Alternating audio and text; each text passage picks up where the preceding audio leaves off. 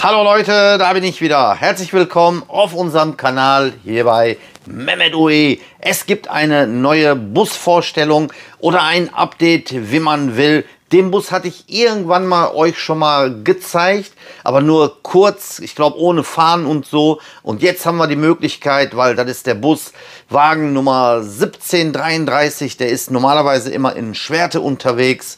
Den habe ich heute mal zum Fahren, da habe ich gesagt, das ist die Gelegenheit, um für euch diesen Bus mal vorzustellen, was wir auch gleich machen werden. Was das für ein Bus ist und alles, die ganze Beschreibung von dem Bus, die Fahrt und so, seht ihr alles nach dem Intro, wenn ihr dran bleibt. Also, bis gleich.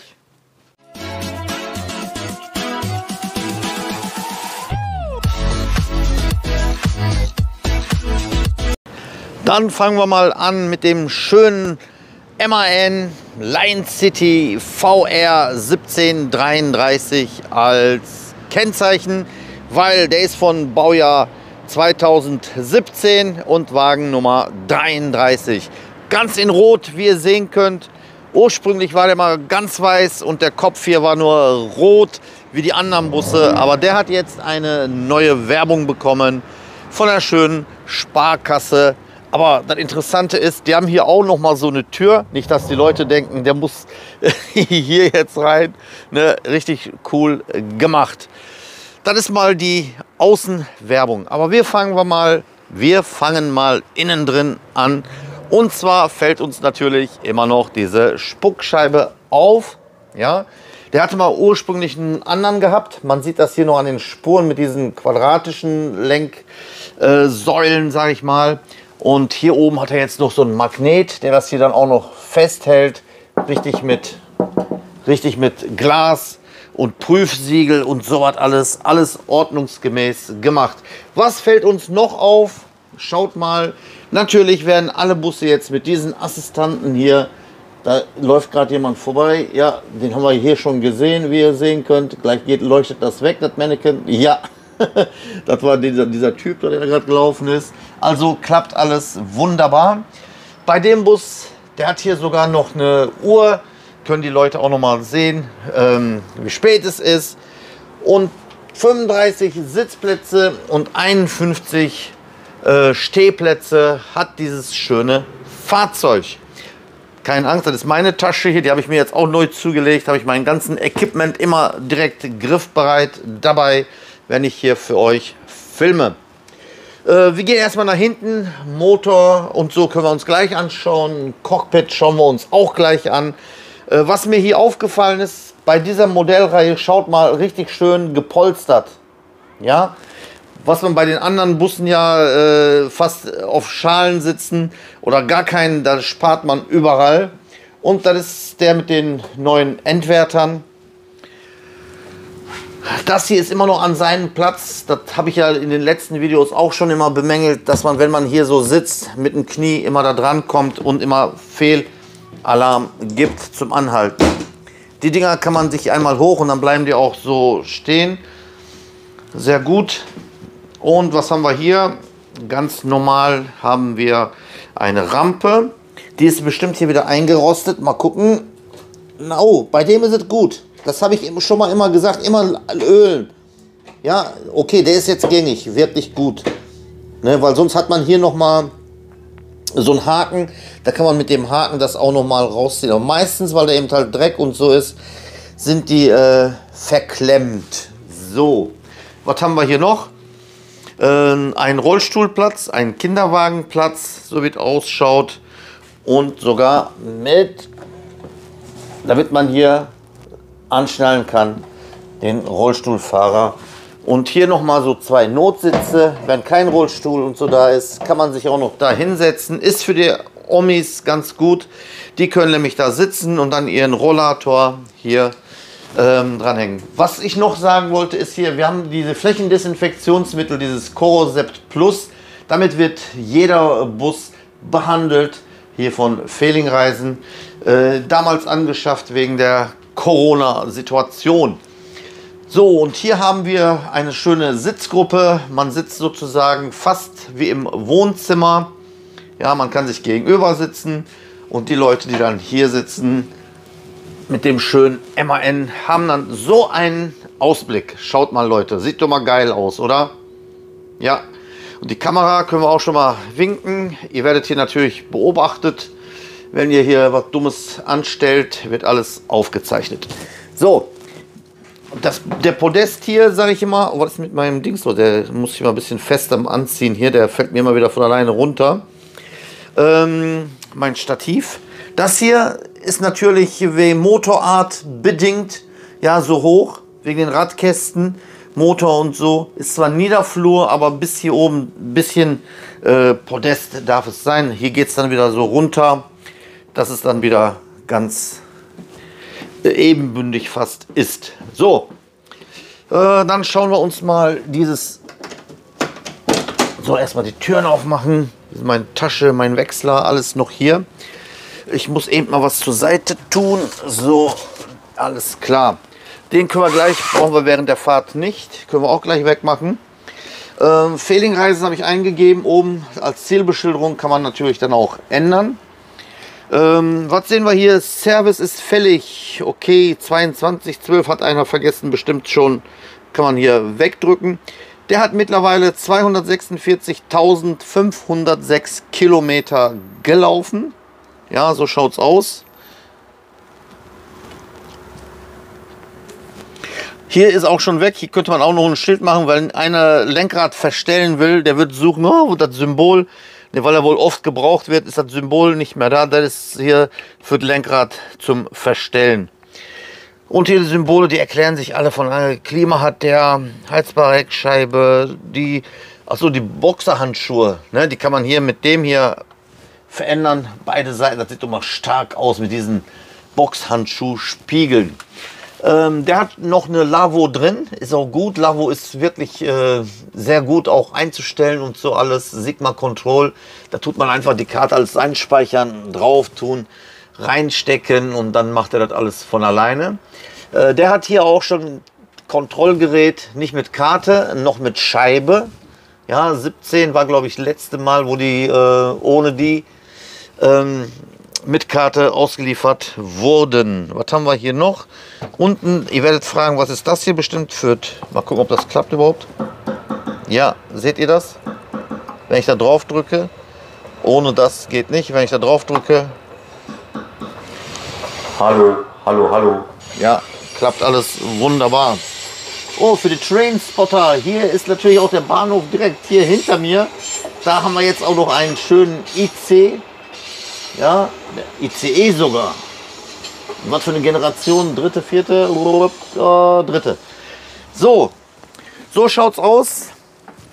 Wenn ihr wollt, könnt ihr euch das alles auch noch mal auf dem anderen Video anschauen. Verlinke ich euch mal. Wir gehen jetzt mal nach außen. Ich denke mal, hier haben wir jetzt genug gesehen. Sonst gibt es ja auch nicht so viel zu erzählen. Da ist auch noch eine Kamera, sehe ich gerade hier, wenn die Fahrgäste hier so reinkommen. TFT-Monitor habe ich gerade ganz vergessen zu erwähnen. Hat er ja hier auch. Ja, da hat er alles mit den Kameras und so. Gut, merkt ihr eigentlich, ich bin aus der Form, glaube ich. Normalerweise rede ich wie ein Wasserfall, aber jetzt im Moment fällt mir nichts mehr dazu ein. So, Sparkasse Dortmund machen wir Werbung mit dem schönen Code. Ob man den wohl so einscannen kann, das weiß ich auch nicht. Ja, jetzt kommen jede Menge Leute hier, weil gerade hier ein Zug gekommen ist. Und so sieht die Werbung dann von hinten aus. Und nochmal von der Seite auch mit dieser Tür. Wunderbar. Ich denke mal, wir fahren den jetzt mal eine Runde. Und dann kann ich den Motor euch besser vorstellen. Hier laufen mir zu viele Menschen jetzt rum. Das ist nicht gut. Auf geht's, wir machen schon direkt die Probefahrt. So, da bin ich wieder. Auf geht's.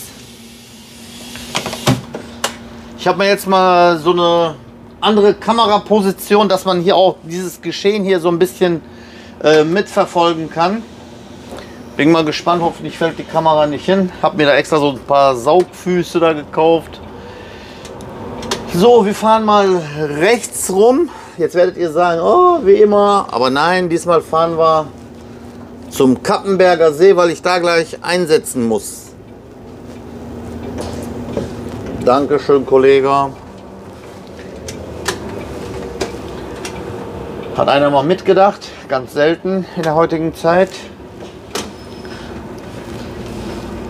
Aber wirklich ein sehr, sehr schöner Bus. Schade, dass wir den nicht hier haben, dass ich den nicht öfters mal so fahren kann. Gefällt mir sehr gut. Hab den schon seit heute Morgen. Jetzt habe ich aber die Möglichkeit gehabt, eben ihn euch vorzustellen. Bei der anderen letzten Video, wo ich mal gemacht hatte, da hatte ich mehrere Busse in einem Video zusammengepackt und da war der zufällig auch dabei. Aber so komplett, wie wir das jetzt machen, habe ich den, glaube ich, noch nicht vorgestellt.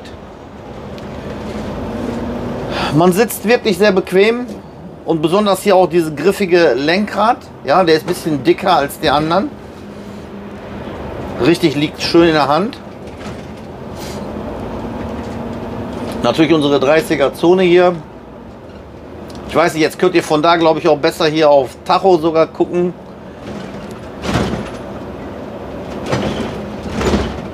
Der hat auch hier diesen Retarder schon hier dran. Hier in der Stadt, ihr wisst, ich bin kein Freund von Retarder, so mit 30er Zone, 40, 50. Das gleiche, was der hier macht, hat man hier auch am Fuß. Ja, mit der Fußbremse, wenn man leicht andrückt, könnt ihr sehen, leuchtet hier das Signal-Symbol auf. Ne? Ist das gleiche, als wenn man den hier so mit dem drückt. Ja, zweite Stufe. Das Schöne daran ist, einfach nur auf diesen Knopf drücken, dann löst er den auch wieder.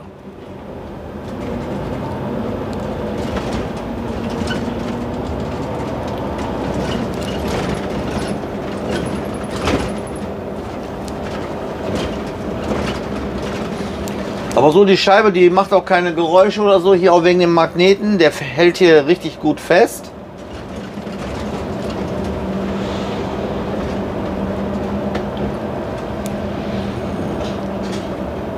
Wenn wir gleich Cappenberger See angekommen sind, dann zeige ich euch auch noch den Motor. Da müsste ich mal gucken, wie viel PS, wie viel Leistung der überhaupt hat. Das weiß ich so aus dem Kopf nicht. Aber ich habe den Fahrzeugschein hier schon rausgesucht. Kann ich euch gleich alles sagen.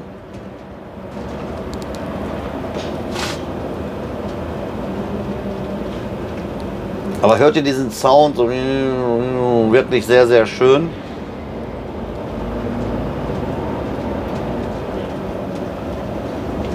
Das scheint auch ein ZF-Getriebe zu sein. Weil ich habe jetzt schon im 4. Gang und wir sind erst einmal 30. Ne, der zeigt mir da schon 4. Gang an. Und wir hatten ja gesagt 4, das ist dann immer Void. Und wenn mehr wie 4, 5, 6 wird, dann ist es ZF.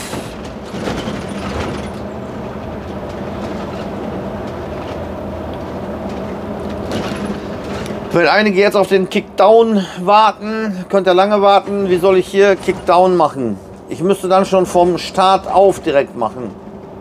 Aber da ist er ja schon im 1. Gang. Der kann ja nicht vom 1. Gang noch runter kommen. Auch das Anfahren, wenn man an der Haltestelle ist, steht, ist wunderbar. Ich simuliere das mal jetzt eben. Wenn wir jetzt hier zum Beispiel anhalten würden und wir wollen hier direkt schnell wieder weg. Ja, der ist jetzt auf 2, jetzt ist er auf 1 und doch, der hat sogar den Dings, auch hier hat er den Kickdown sogar gemacht. Aber erst wollte der auf 2, dann hat er gemerkt, oh, ich gebe noch mehr Gas, ist er nochmal auf 1 und dann beschleunigt. Also der hat nicht diese Sperre drin. Den Kollegen lassen wir mal hier vorbei. Der müsste das noch schaffen. Ja, der kriegt auch die Kurve. Wenn man so nämlich mitdenkt, wenn man jetzt hier gestanden hätte, ja, ich kann da nicht vorbei, er kommt nicht vorbei, hätten wir ein Problem. Was war ich euch am Erzählen? Ach so, diese, wie nennt der sich? Anfahrtschutz, sagen wir mal. Wenn ältere Leute gerade noch hingesetzt sind und wenn man von der Haltestelle direkt wegfahren will, dass man nicht diesen Ruck kriegt und die Leute hinfallen. Also bei dem müssen die sich noch aufpassen. Der gibt schon direkt zügig Gas. Jetzt auch nicht so wie bei den Elektroautos, aber es ist ein Schub da. Und diese Strecke kennt ihr auch. Was müsst ihr hier aufpassen? Genau, die Bäume. Schaut euch mal die Bäume an, kreuz und quer. Ne? Der schlimmste Baum, das ist hier vorne der, wo die Haltestelle ist, direkt dahinter. Wenn ihr sehen könnt, guckt mal, wie schief der schon steht. Und schaut euch mal die Macken an, die der Baum schon hat. Der da vorne hier. Ja, ganz viele Spiegel sind da schon hängen geblieben. Guckt mal, wie viele Macken da schon dran sind. Einer sogar mit der Heckscheibe, also kurz vor der Heckscheibe, die Seitenscheibe. Der war wohl ganz nah da dran, hat voll eingeschlagen, damit er vorne mit dem Spiegel da an dem Schild dran vorbeikommt. Aber hat vergessen, dass hinten der Baum so rausragt. Und viele rechts vor links gibt es hier. Ja. Aber dazu hatte ich ja auch noch mal separat ein Video gemacht auf Busfahrschule UE, wenn ihr das noch nicht kennt. Da mal gucken, Tipps vom Busfahrer. Da gebe ich dann auch so Tipps hier, wie ihr euch an Haltestellen im Winter, im Dunkeln verhalten solltet.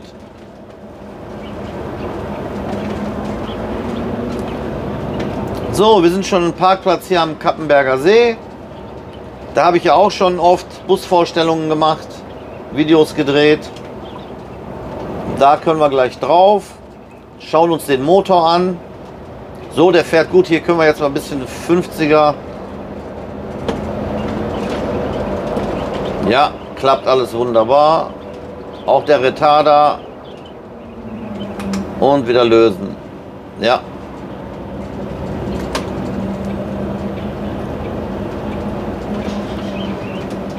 Den Bulli da lassen wir mal vorbei, weil wir den großen Bogen nehmen müssen, weil wir hier drauf kommen müssen. Aber der PKW, obwohl er mich jetzt sieht, gibt er noch Gas. Aber der ist noch weit entfernt, kein Radfahrer. Und wir können mal hier kurz drauf. Hier sind mir auch wieder so viele Menschen. Aber dann ist es eben halt so. Die wollen hier noch wandern oder so. Keine Ahnung, was die hier machen.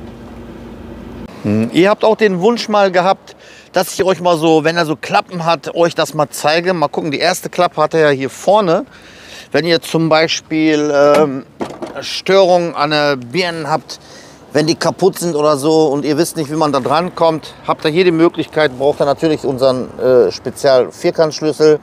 Aufdrehen, hier so rausziehen, dann kommt ihr da oben, seht ihr die Anschlüsse, beziehungsweise einfach nur rausdrehen. Die Birnen natürlich nicht mit der Hand anfassen. Der Jeffrey hatte euch das da schon mal in einem Video gezeigt. Auf der anderen Seite das Gleiche. Das sind hier so Hilfsanschlüsse, wenn er mal gezogen wird. Ja? Hier mit einer Abschleppstange und separat Luft kann man hier über diesen Anschluss hier Luft drauf geben, wenn er keine Luft hat. Apropos Luft, wenn ihr Probleme haben solltet, irgendwann mal mit dem Tür, ihr kriegt sie nicht auf oder so, oder schaut mal, hier hat er ja auch noch mal für die Luft rauslassen, aber das hier ist noch mal so ein Geheimversteck. Wenn gar nichts mehr geht, könnt ihr hier auch drauf drücken und die Türen sind dann luftlos und könnt dann einsteigen. Dann müsst ihr natürlich das Resetten nicht vergessen. Oh, reimt sich auch wieder. Tankstutzen befindet sich hier oben direkt, weil das ja ein Euro 6 ist, hat er natürlich, oder sollte der auch, AdBlue haben. Der ist hier. Ihr wolltet ja die ganzen Klappen. Ja, die Klappe kann ich hier nicht aufmachen, hier, die Tür hier. Ja, so. Hier müsste ich auch wieder diesen Spezialschlüssel haben, diesen Innenkant zum Drehen. Brauchen wir aber auch nicht reingucken. Hier oben, da muss ich eine Leiter haben. Stand kann ich sehen, aber zum Auffüllen müsste ich dann tatsächlich eine Leiter haben. Wie soll ich da oben dran kommen? Das ist hier übrigens hier von dem Assistenten, hier die Kamera, die das hier alles so beobachtet. So, die nächste Klappe ist natürlich unsere Motorraumklappe. Und so schaut das hier aus. Natürlich hier mit Feuermelder. Ja, wenn es mal hier drin Feuer ist oder so, wird direkt hier Alarm ausgelöst und ein, sagt schnell, versucht das hier eben halt zu löschen. Ob das klappt, ist eine andere Sache, aber dafür ist es vorgesehen. Ja, die ganzen Leitungen, die sind hier so verlegt. So, mal gucken, ob wir den von hier aus starten können. Dann können wir uns den Motor auch mal anhören. Ja, das kennt ihr ja mittlerweile. Das ist ja hier die Motorsperre, für die, damit, wenn Jeffrey mal hier drin arbeitet, hier so zum Beispiel hier dran, ne, und jemand startet, damit er nicht seine Finger und so ab hat, ist das hier ein Schutz. Der sollte auch immer tatsächlich so sein. Manchmal klemmen die Dinger. Ne, dann weiß der Motor nicht, ist die Klappe zu oder nicht zu, dann springt sie auch schon mal nicht an. Immer darauf achten, dass der hier gängig ist. Ja? Wenn ich den jetzt so versuche zu starten, geht nicht. Wenn ich den aber jetzt hier so runter drücke und den hier hoch, müsste der starten. Ist auch sofort gekommen. Ja, so schaut's aus. Hört euch das an.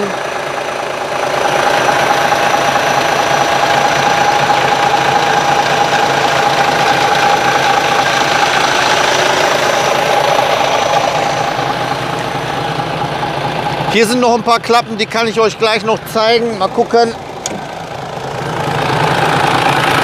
Hier habt ihr den ganzen Motor. Common Rail System. Ja. So schaut's aus.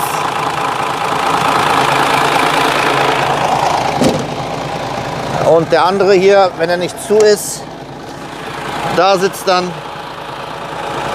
der Auspuff beziehungsweise der, sagt schnell, der Dieselkatalysator oder so mit seinem Anschluss, der Rußpartikelfilter. So, jetzt habe ich's.